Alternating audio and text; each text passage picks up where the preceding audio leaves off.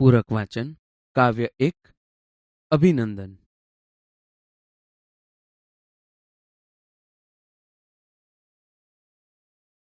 બાળ દોસ્તો, હવે આપણે કવિના જીવન વિશે પરિચય મેળવીએ.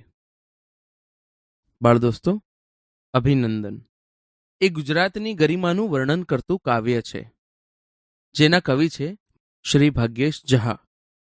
તેમનો જન્મ 18મી ફેબ્રુઆરી 1955ના રોજ ગાંધીનગર જિલ્લાના કલોલ તાલુકામાં આવેલા નારદીપુર ગામમાં થયો હતો. તેઓ ગાંધીનગર જિલ્લાના સરઢાવ ગામના વતની હતા. કવિ શ્રી ભાગ્યેશ ઝા કવિ, ગીતકાર, સંસ્કૃત સાહિત્યકાર અને વિવેચક તરીકે જાણીતા છે અને હાલ તેઓ ગુજરાત સાહિત્ય અકાદમી નામની સંસ્થાના અધ્યક્ષ છે. પહાડ ઓગળતા રહ્યા, મીરાની જેમ મને મળજો અને સંકોચાયેલું મૌન એ 3 તેમના જાણીતા કાવ્ય સંગ્રહો છે.